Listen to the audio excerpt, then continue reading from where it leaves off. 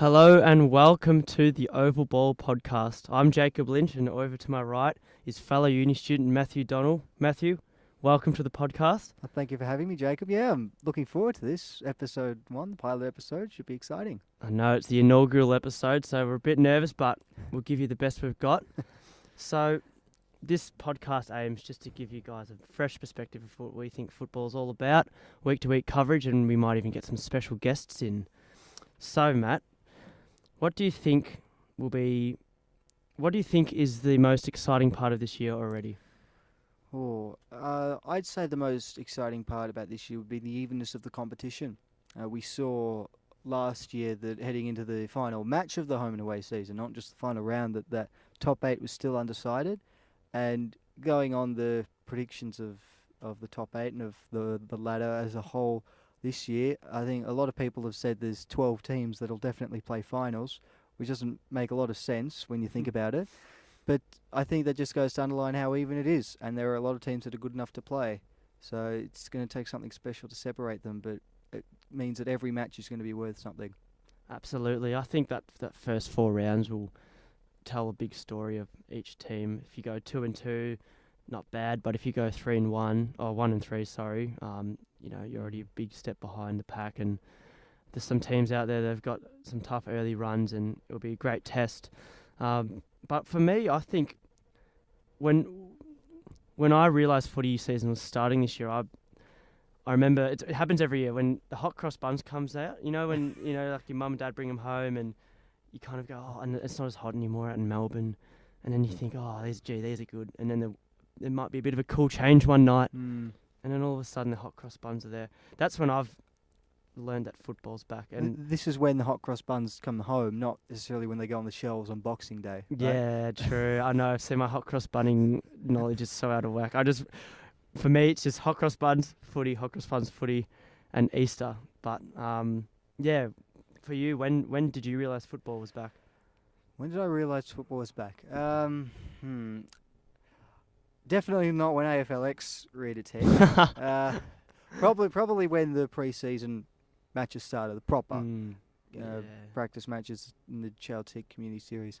That's when you start to see the new faces, the new jumpers, the new numbers, and your old favourites running around again and getting a kicker. That's when you know that, oh, hang on, it's on the way here, it's not too far away. And it's important to mention that we have a Bulldog supporter, quite a parochial Bulldog supporter in Matthew here, and I'm going to ask you, what's the feeling like when you see your premiership centre-half forward in the red and black top? Is it weird or...? It doesn't look right.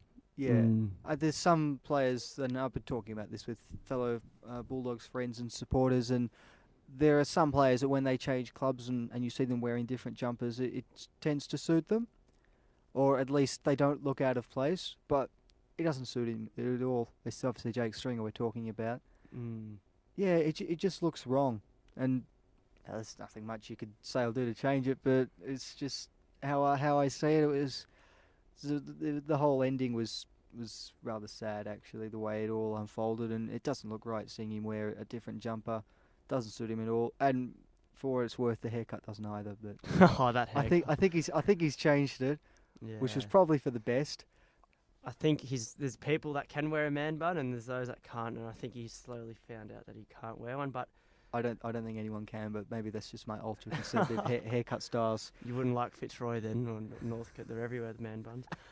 Anyway, so we've got a fun segment here called Rise, Fall, and Slide. So basically, a team that you pick 3 teams. One team that rises, you think will rise to the top and surprise us. One team will fall to the bottom.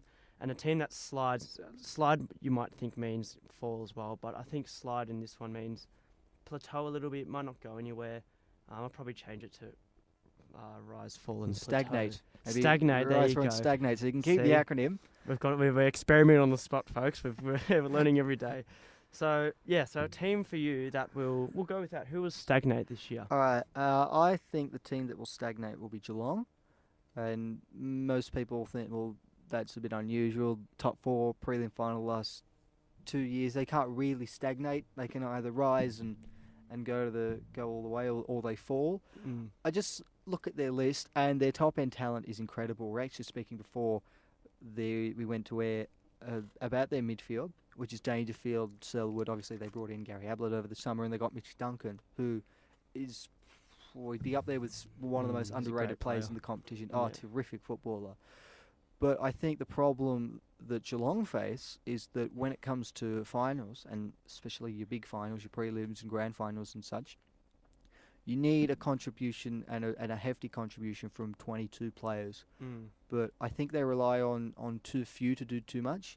And they can get away with it during the home and away season when they have Dangerfield and Selwood. Particularly Dangerfield dominate the game in the midfield battle.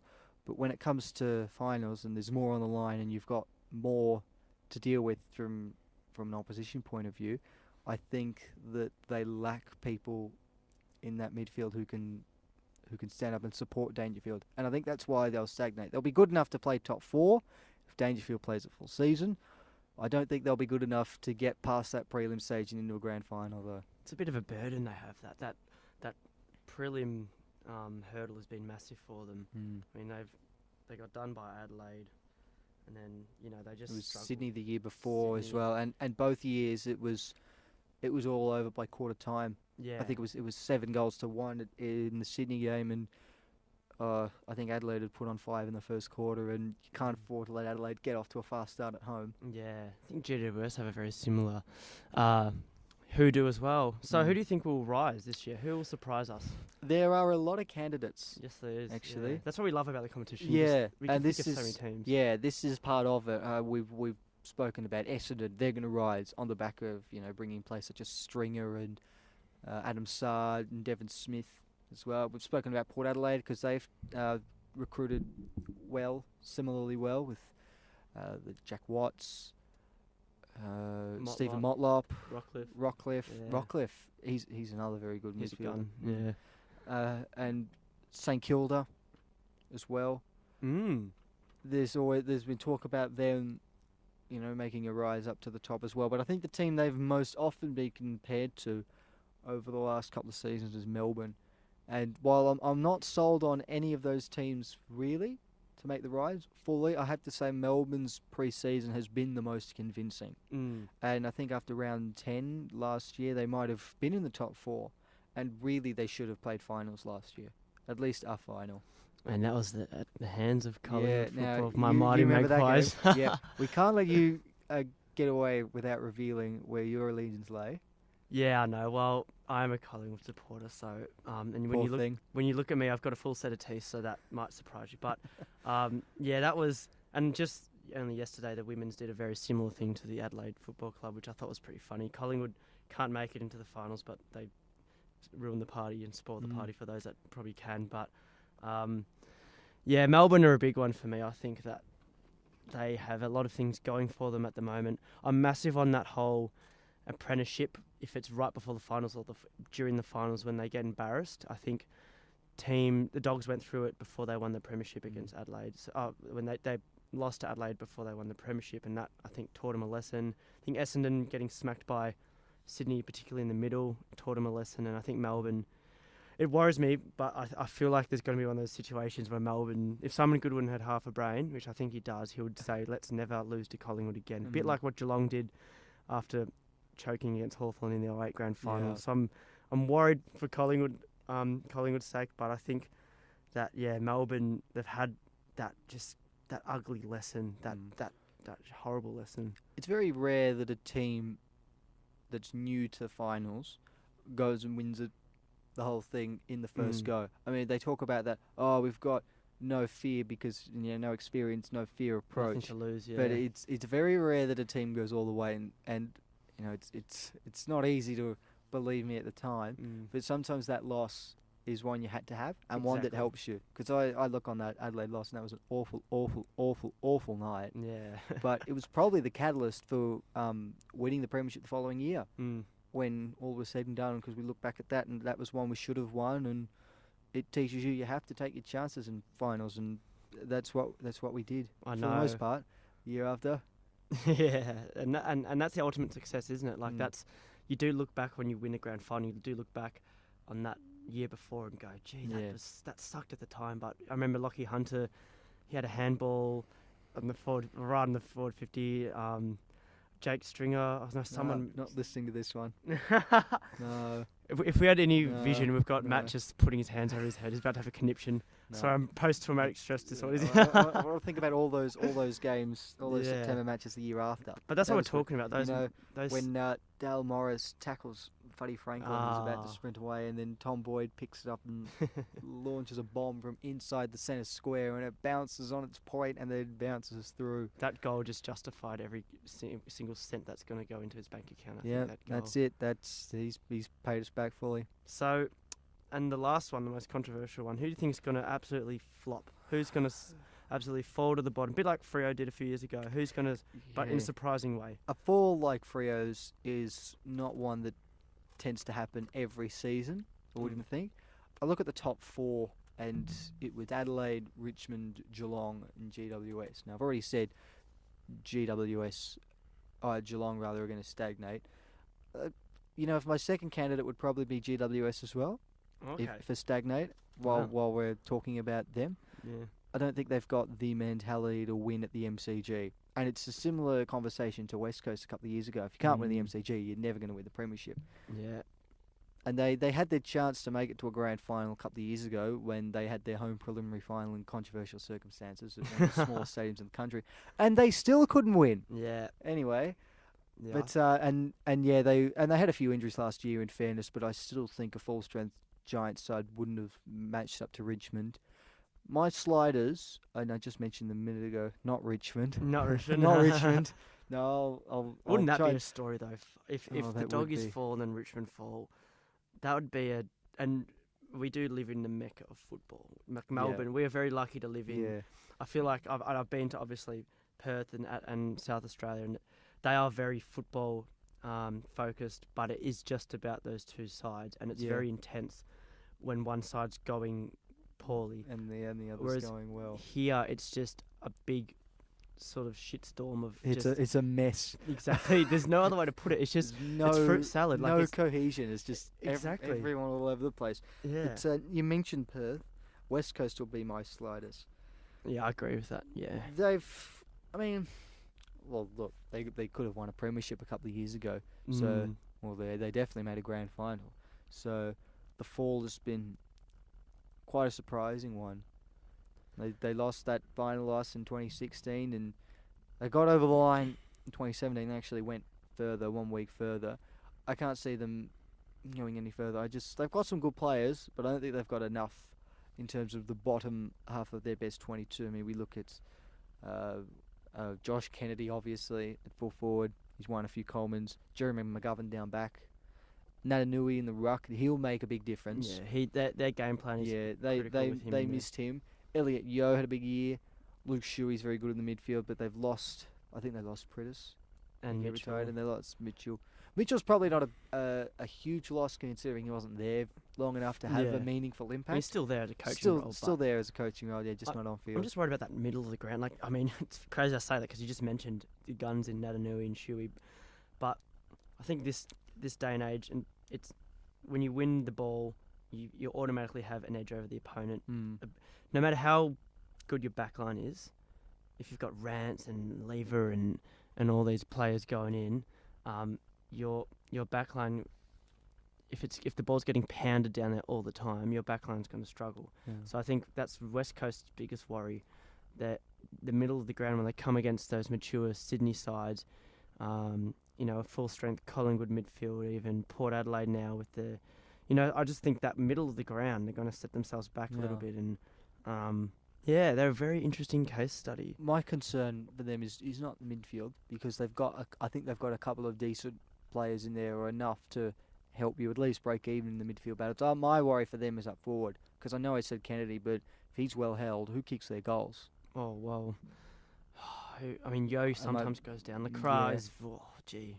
He's whiz. gone off the boil. He's off the Cripps, not reliable. Yeah, you got a couple Unreliable. that might kick a bag of 4 or 5. Willie Rioli's he's in my once, alright. Supercoach team and he's injured, Okay. but I mean, he looks like he could be the next point of call, but Kennedy's been ruled out of round one. Round one, yeah. So, that who is do West massive. Coast have round one? I hope they have Sydney. us. Yeah, No. they have Sydney. So That's Sydney. that's the unfurling of the new stadium, which will be fun. Last game of the round. So Not the official unfurling. yeah, not the official. Well, we did. You're right. We did have the women's. We've had a couple of unfurlings. We had a cricket one. We had a women's one. Now we're gonna have a men's We're one. gonna have bloody curling next. It's gonna have everything. Have everything under it. We're gonna have the NBA. If you heard about the NBA coming to Team USA coming to Melbourne in a few years next okay. year. So I think they're a bit of a worry. So our next game is called Who Am I? It's a fun game. I'm going to describe not necessarily just a player. It could be a football person, past, present, and you're going to try and guess them. All right. All right. It's going to be tough, and feel free to throw some my way as well. I will if I can think of any off the top of my head. Some of them might be there. You can Yeah, no. I've got the Mark Robinson's top 50 here, and I've got 21 through to 50, so it'll be on that piece of paper unless I can. The top 10 are on the other side as well. We'll they're get to there. that bit. We'll discuss that later. We do have some will. strong opinions about Robbo's piece, but I'll give you the first one. All right. I am a young defender. I was controversially, I wouldn't say exiled, but he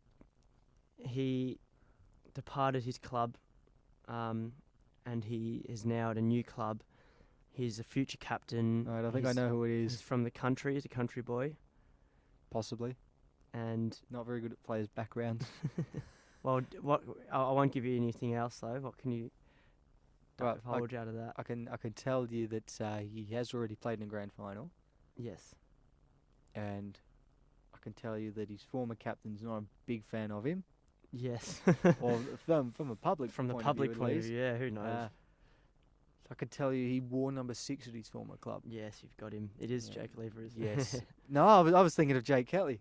no, no. I'm kidding. I was thinking of Lever, obviously. Yeah. Well, Jake Kelly, it sort of gives me a bit of a sick feeling knowing that Collingwood passed up on him. But anyway, there's every team does that. I'll give you another one. Yeah, do give me another one. This isn't a player. Oh, okay. This is I'll have to someone- think about this one. That's Is a it- coach. No, so he's not a No, coach, he's not okay. a player. He's Alright. he's been around as far as Victorian clubs. He's a successful man in his position as football manager. He's Oh boy. he did a big stint at Geelong, was given a lot of credit for his success there, and he's recently been to a club that's had a lot of success in the past year. And he did get into someone else's Jeep, if you can remember. All right. outside his own club. I think when you said Geelong, I had a name, and that name is still sticking Still, with it's me. hazy. Yeah. Oh no, I've got it. Have you got any more for me? I'm pretty sure I've got it right. Do you want to guess it? I'll guess Neil Baum. Yes, you got it. Ah, Yeah, good. Neil Baum. I love Barmy, and Collingwood. If you're going to get rid of him, you got to replace him. I think Collingwood done that well with Jeff Walsh, but yeah, Neil Baum is an excellent football person. All right, I've got one now, and it's a female. It's an AFL women's footballer. All right. Okay. She's been heavily criticised because of her stature in the game as one of the marquee players, but her inability to perform on the big stages. But towards the end of the year, she's proven that her 100-goal a season form is definitely still there. So Got her now. Nearly kicked on yesterday. Nearly kicked the couple actually. Yep, She looked lively. she did. Mo Hope. Yep, that's it. Good old Mo Hope. Hopefully you have a very prosperous career at the Collingwood Football Club. I've asked a really cheesy question to someone. Does Adelaide have any hope of winning the premiership? now? Mo. No. Oh, I saw that coming from a mile off. I got to admit, my jokes are not the best. Hey, at least I find them funny. That's all that matters. my puns are repulsive, but I don't care, listeners. I'm going to tell them anyway. Yeah. No, I don't care. You'll just have to cringe. No, You'll that's just have to all put right. up with it. It's an emotional reaction. Yeah. Do you have any for me? Just one, a sneaky one before we move on. Let's see here. Okay. I won't look at the top 50. All right. Okay. All right. I'm currently at my second club. Mm. I've been there a couple of years. I have a very special place in the history of my first club, though. Reasons I'm not sure I want to give away for fear of giving away the name of the actual player. Mm. Very dangerous on my day, but have had my injury concerns as well at both clubs. Oh man, I'm actually stuck on this one. So you are. I feel like you're coming from one of the expansion clubs. Are you able to reveal that? Yes. Okay. Yes. No, that's all I need Yeah, because I okay. still have absolutely zero clue. So that helps. Yeah.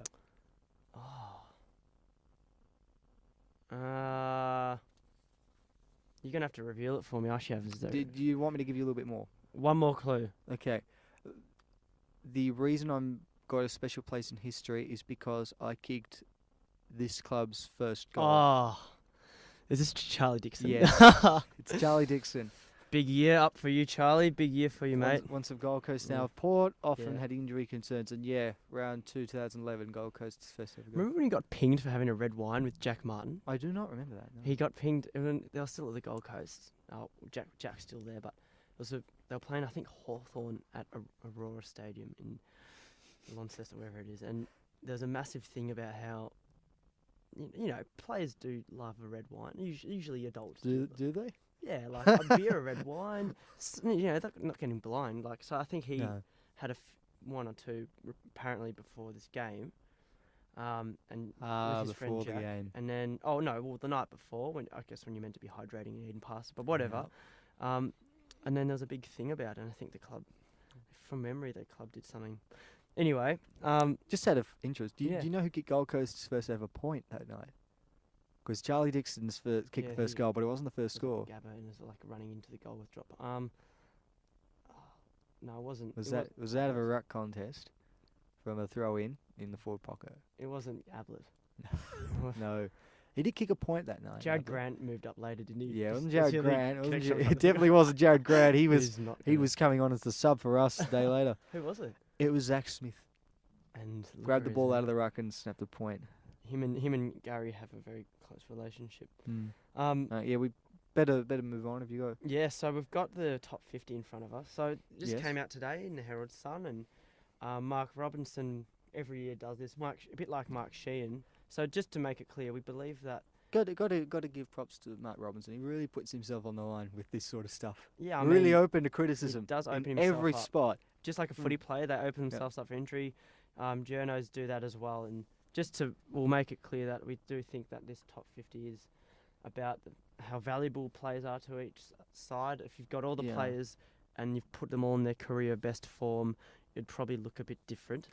But we both believe at the moment this is just who is most valuable, who's a bit better at the moment. So, and we think that because Robbo has put Alex Rance in 4th spot. Yeah. Now, Rance is he's probably the best key defender going around, not in terms of only his ability to negate the effect of the opposition key forward, but also to provide rebound, something which is a rare trait in a key defender, and he's very good at it. And a Richmond supporter told me that he could have won the Norm Smith last year, but probably didn't have enough of the ball. Well, the reason why he didn't win was because his midfield didn't let him get the ball. The ball did not go down there. The midfield were too good. Yeah, and after quarter time. You're right. Watching the game, the whole time I was with my mates and we were discussing. The game was probably over at a certain point, and you do move on to who's won the Norm Smith. And I was drinking at the time, so I didn't have much of a best insight of who was playing well at exact points. But I did think that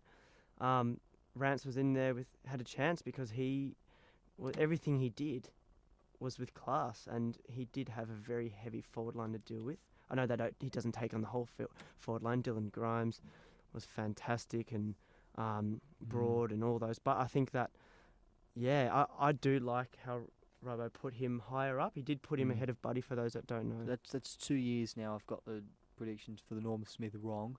Oh, mate. About 5 minutes I've ago. never got it right. I had Hooley for last year. He should have won it because he was Richmond's best player when Adelaide were on top. I don't reckon. And he had a good game all up. But I think that part that when Adelaide were the better side early on, he stood up and he was Richmond's best player. I think Martin got caught holding the ball once in the opening term, so he should have won it. Then last year, the year before rather, I said Tom Boyd should have won it, and he really, really should have won that game. We wouldn't have won it without him. I agree with you with the Tom Boyd one. I thought Dale Morris even had a shot. But similar to Rance, exactly. Yeah, not a lot of the ball, it's but amazing similarity. But amazing role. I do disagree with you with the Hooley. I do think Hooley had a great game. You know, almost kicked 2 goals. Did he kick 2? No, he kicked I kicked one, one but behind. I think he missed 2, one or 2 as well. He played a great game, but I think the reason Dustin won it was because he kicked 2 goals, and they were very important goals at a very important time. The first one was when Richmond just got a bit of momentum. I think it was after a Jack Graham goal, and it was a clever coaching move. Was when they moved. They realised that Brody. Oh, what's his name? Smith. Oh, not Brody Smith. He wasn't playing. Brody. Oh no, the other guy. Rory Laird. No, there's another small. Luke Brown. Luke Brown. I think that's his name. Okay. Adelaide fans, I apologise. He does play for Adelaide, or at least did. Yeah, he's one of the small. He's a really good small defender. Richmond coaching box obviously realised that Luke was on his own in the forward in his defensive 50, and then they thought, let's just move Dusty down, a bigger, stronger man. There's a massive clearance in the middle of the ground, and they got it to Dusty. That's his first goal, and I thought that really shot Adelaide in the foot, and that really killed him a little bit because, oh God, Dusty's got the ball, now Dusty's got to run. And then obviously he kicked the sealer. So that's why I think he deserves it. But at every grand final there's 5 players that, you know, when Nathan Buckley won, it's awkward that they gave it to him, but he was the best. And him and I don't remember that game all that well. Best, but I mean, that's why people were upset about it. But you know, Norm Smith is a tricky one, but it is a difficult award to give. But yeah, you'd think they'd get it right more often than they don't. Yeah. But, you know, because there's all the talk of, well, what about the Brownlow? There's got to be a better voting system, but you just give it to midfielders every year anyway. So exactly. I don't know what they're going to do with it. What's glaring on that? Glaring on this piece of paper is the obscene lack of Bulldogs. One after we had 5 in 2017. There's just one. Things change though, mate. You guys slipped off the relevance radar. This again. No, we're as relevant as ever, I'm afraid. And we will be back again, winning another premiership this year. So you got Bond there. So we got Bond at 12. So Bond is at 12. Bond is at 12. And he's ahead of players like. He's ahead of McGovern. Well, yeah. I'll just roll off some of the players he's immediately ahead of. Josh Mitchell. Kennedy. This is Sydney's. Tom Mitchell, Paddy Cripps, Pendlebury, Cochin, Eddie Betts, 18th. Yeah. Paddy Ryder, 19th. And Dane Zorko, who's a supremely gifted midfielder. And then there's a host of other players that he's well ahead of. But no Jackson McRae, who I think should have won the Bulldogs best and fairest you're big on last him. year. You're big on Jackson. Yeah. Jackson, yeah.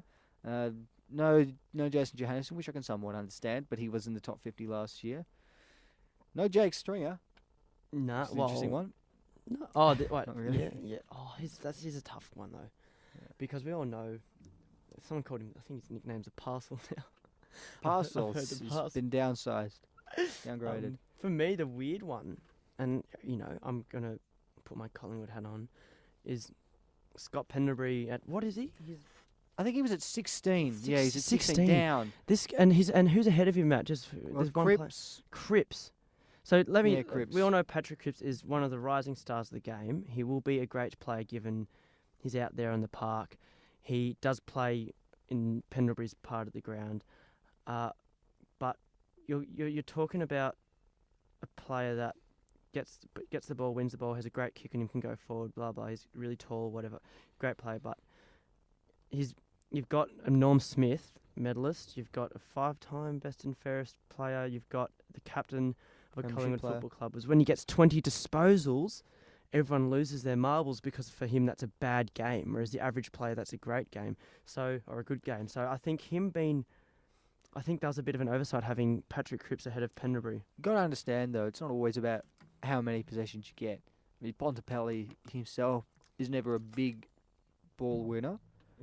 But it's how he uses the ball. He might only get 20 disposals, but that's the equivalent of someone else's 40.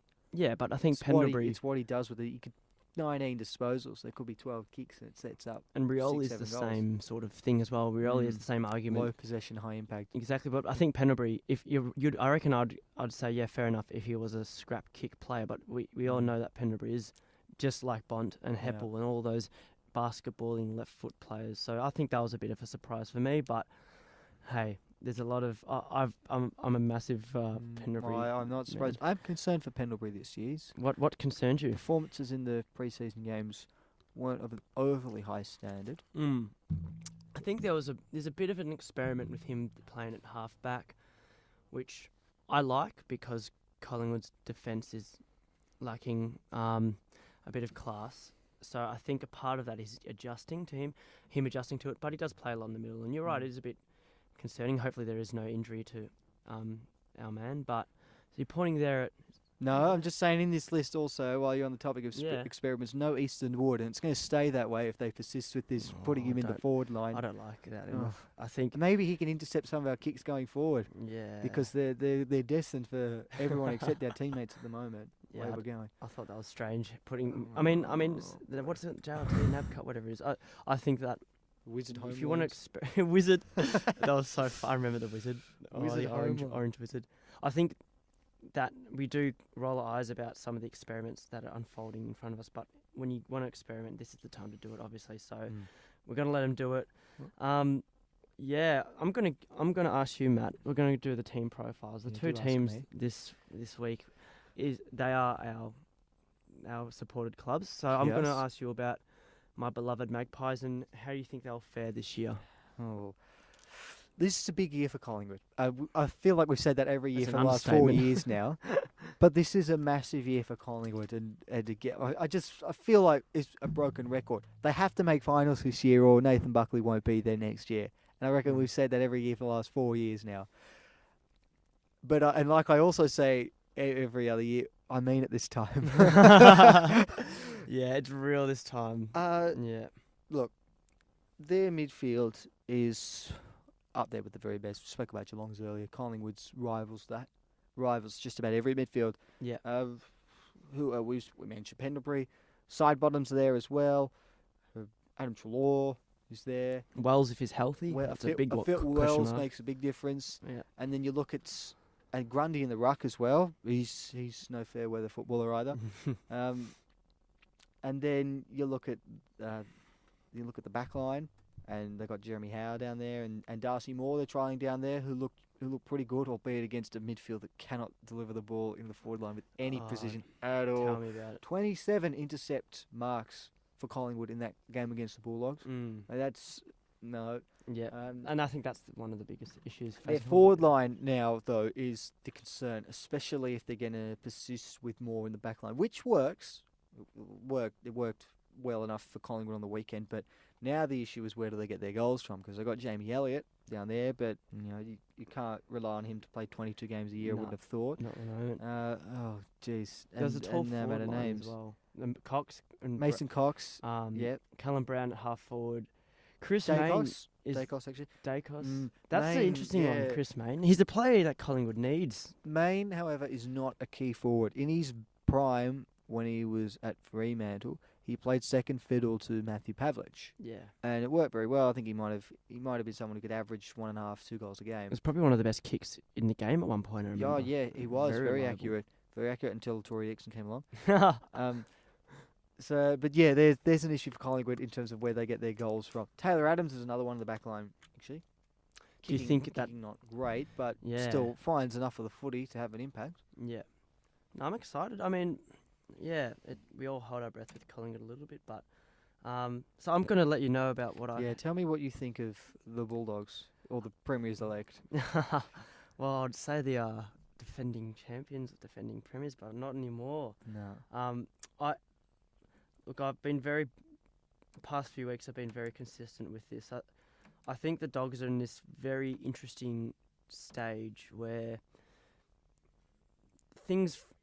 you hear a lot, every pre-season you heard a lot about how things are going well inside every club's four walls, blah, blah. Everyone's having the best pre-season Yeah, yet. everyone's in. And look, we've heard some glowing reviews coming out of the kennel, but I think the Dogs are in this transitional stage where it's a really weird stage, and it does happen obviously to a lot of teams, where you win a premiership, hangover or not. I'm sick of talking about this hangover stuff. It's a year old, but teams do study them like I did for my VCE. You study them to the nth degree, you figure them out, Yeah. and teams did figure them out. And I think last year the big drop-off wasn't necessarily because of, always hangover stuff or whatever. I think it was just because the competition just was better. I think there was a big average in points per game, attendance, everything was up last year. So I Yeah. think teams just got better and they figured them out. I've got the Dogs sitting just under the 8 because I think that what has hurt them, especially last year, and we talked about this the other day, Matt, with the continuity, and I think having a half-back line that has used to have Bob Murphy, Suckling, Marcus Adams, who we just learned has gone down with a 12-week injury, which, he can't catch it. This guy is one of the most unlucky footballers going around. So I think now you got Bailey, Williams, JJ there, Crozier, I think. Yeah, Crozier. That actually didn't look half bad in the 2 practice matches he played. Yeah. I was talking about this to someone else the other day. Look at the back 6 of our grand final now. It was Shane Biggs, Joel Hamling, Fletcher Roberts, Easton Wood, Fletcher Roberts, Matthew Boyd, and Easton Wood. Now, Morris. I think I said Morris. Did you? Oh, yeah. Morris. I Now, love Easton Morris. Wood's playing in the forward line. Yeah. Dale Morris is injured. Matthew Boyd's retired. Hamling's left. Roberts looks a million miles away from the side, although this injury to Adams could prove to be quite beneficial for Roberts, but he's not alone. There's a couple of candidates there. There's Lewis Young, Zane Cordy, Kieran Joel Collins. Hamlin was... Yeah, he was a bigger loss than I think people were willing to admit at the time. Yeah, at the time. I was gutted when he left, of Yeah. course. And you got Biggs there as well. But the other issue, and it really, really killed us last year, was our delivery from the midfield into the forward line. It was horrendous. A bit like Collingwood.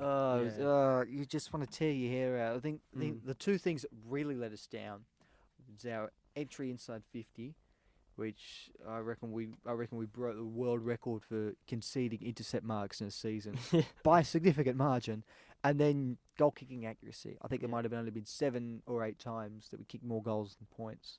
They seem to have rectified that because we're 2 from 2 from that point of view so far in the pre-season. But yeah, bad habits returning to the surface with the delivery inside 50. There's the whole, it was pretty hot, and the rotation numbers. Low rotations, yeah. So could have played it in. Just to reiterate, Collingwood was very heavy with their rotations, and the Doggies 136 to 96. Yeah. And which the is a limit big is difference. 90. Oh, it's huge. I think the limit's 90, and Collingwood were at 90 halfway during the 3rd term. Yeah. Like this has turned into more about me talking about the Bulldogs than you. But yeah, I just wanted to let out some of my frustrations. Go for it. Well, I think the thing is with the Dog is, to kind of top off my point, is they're going through a stage where I'm massive on stability in if it's a business or a football club or a tennis, whatever. Like, stability is really important, continuity. I don't think they're going to have much of that this year. I don't think they had it at all last year. I remember that GWS game, they had none of those back 6 that you mentioned in a game, in the GWS game last year, and they got done quite convincingly. So I think this year with the transition, especially in the defence, I think that they're going to learn the hard way. That does not mean that long term they'll be all right. I think it's just going to be a bit of pain for a bit of gain. But I did speak to you about the other day, when JJ and the Bont are out there, when it's a tight game, you'll have them on your side because they are elite players. Especially Bontempelli. He knows what to do and where to be. Yeah, and I think Shaki will be really fun to watch. So that forward line, the key forward's going to be the issue. Yeah, I'm fun as in I'm excited to see how he pans out because he's still very young. Right about the side as a whole. Yeah. The defence, I mean, ideally you'd love to have Adams and Morris in the side, but I feel content about the defence and the midfield. It's the forward line that I'm concerned about. I think Tory Dixon is struggling and is definitely no lock for round 1 at this stage. No. And lacking other small forwards that can kick goals. Bailey Dale's been all right, and he'll continue to improve. The Baileys are good. I mean, Williams showed a bit. He's more of an accumulator than a real damager in terms of his disposal. And key forwards. I mean, we haven't seen Tom Boyd at all so far, and Shaki's struggled to say the least, and that's to be expected of someone who's at this stage in his career. But Yeah. yeah, We're all a bit goals are hard gonna on be- Josh. We are, and goals are going to be, and similar to Tom Boyd, similar sort of story. A lot of people came in and were high critical of draft him pick. very early on, and then he kept them real quiet. When he won a premiership. Yeah. Should have won an Norm Smith. So I reckon they will Mm. definitely. I think this will be a tough year, but because of that transitioning phase that they're going to go through, and I think they're going to look a bit different. They already have looked a bit different.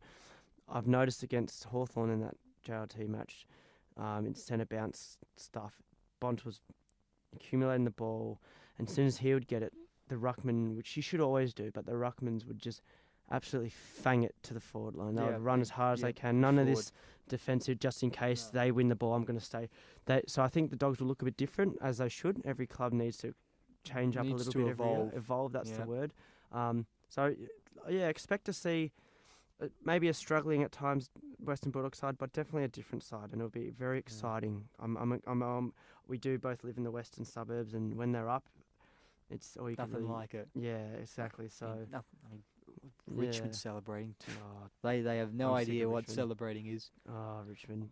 They're another story. I don't think I mentioned. I probably have Collingwood in that similar run. Yeah. You know, probably a game or two within the 8 at this stage. I guess it's going to be that pack, so there'll be 4 or 5 teams that are in that middle pack, and the difference will be could come down to who defends Yeah. better, who wins the ball, who's got more skill. Those games that are decided by less than a goal, because there'll be a few of those. That's why I reckon. Oh, I can't wait. But that's why I reckon Richmond will. I don't know if they'll. I mean, people ask me, "Oh, they're in the premiership again." I don't know if they will. I don't think they will, but they probably can. But I think, as far as keeping themselves in the hunt, as long as they've got that fabulous 4 in Cochin, Martin, Rewalt, and Rounds. Rance. Gee, I Yeah, almost to delete nice. it for a second. They're gonna have the edge over most. Poor Brett. Sorry, Brett. I know it's still raw. But they're all. I think as long as those 4 are there, they're gonna have the edge over. Just in case a Gold Coast or a Carlton or a St Kilda, Collingwood, they're gonna have that edge. So. Well, considering there's 13 teams that'll definitely play finals this year, there's a good chance that the reigning premiers will feature heavily come the business end of the season yet again. Yeah. It's just a case of can they evolve, because it's Yeah. not about improving or getting better. It's about evolving. I think. I think that's the- improving does come in. The 2 different things. Though. Improving, Yeah. you got to improve. They're always striving to improve, but evolving, you're right, is the massive I thing. think it's more about evolving. Evolving. Not. It's. I mean, if you don't improve, you'll never get anywhere. But Yeah. I don't think you can rely on exactly the same game plan, Yeah. just doing it a little bit better. I think you've got Exactly. to. I think that was not what Alistair Clarkson was about at Hawthorn. It Mm. wasn't about doing the same thing from 2012, really, right through to 2016. It's improving, yes, natural improvement, but just changing things up and mixing it up a little bit. Yeah, and Clarko is the master of that. We'll mention that. He's probably the best that we've seen at it. He's gone from a side in 2008 that was really ball hungry, scrap kicks out, and relied a lot on their stars, whereas they obviously had their little kicking around the ground phase that sort of changed the comp for a bit. Players that just filled a role, not a team of 22 Soldier in, stars, but soldier out. yeah, Yeah. Whereas just- now they've changed a little bit more reliance on contested ball and. which is interesting, because I remember when that was brought up initially. This might have been 2016. Clarkson said, "Oh, it's not a big deal," but now it is. I think I'm staunch on that. Win the ball. You, Well, you put yourself in the best if you position. don't get the ball, you're never going to win. Yeah, I mean, but well, actually, like they did with 3 premierships without getting the ball. They did. We say that. No, but defensively they're massive. I think it's that whole thing about if you're not near a man, make sure you get in a position where you could intercept it. And defensively they had their underrated prowess, which flew under the radar. So, what do you think would be the story of the year, Matt? Last year for me it was a very even year with the yellow and black spin on the top. But what do you think this year will be? What will you think about in 2019? Thinking about 2018. Yeah, what will I think about? The AFLX was an unmitigated disaster. That'd be what I'm thinking in 2019. Brutal. Oh, not this again. It's I all had happening. my feeling last year. Gee. No, what will the story be from this year? See, I think along a similar lines of how even the competition will be, because they've spoken about equalisation and a lot of, well, this is the AFL, and speaking about a more even competition, I think a lot of people were sceptical that it was possible. How can any one team beat any other one team on any given day? How can 18th beat first? But, I mean, we haven't proven that that's entirely possible, but we've seen that it can happen. You can have some unbelievable upsets. And that's what's exciting about it. And 10 years ago, it would have you get 1 or 2 a year.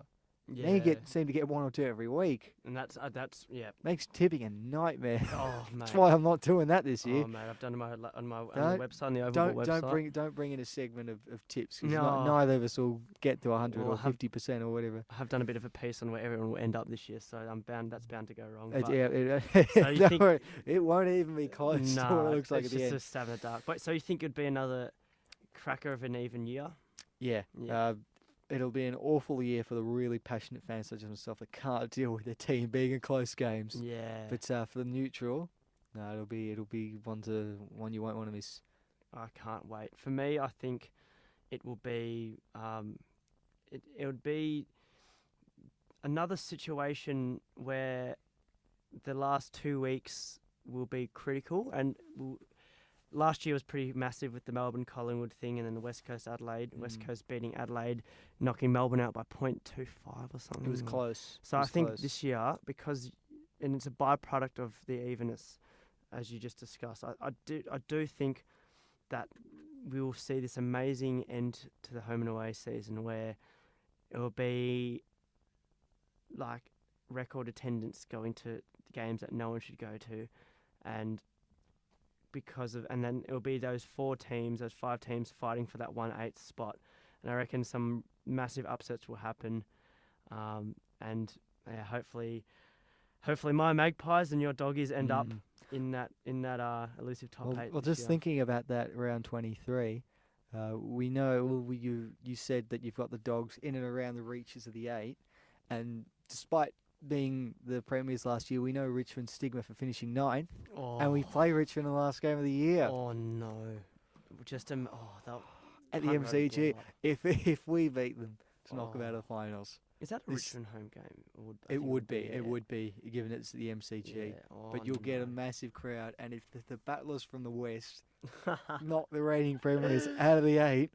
Oh, that would you'll be wanting to leave at 3/4 time and get home safely. I just leave Melbourne. I might just leave for.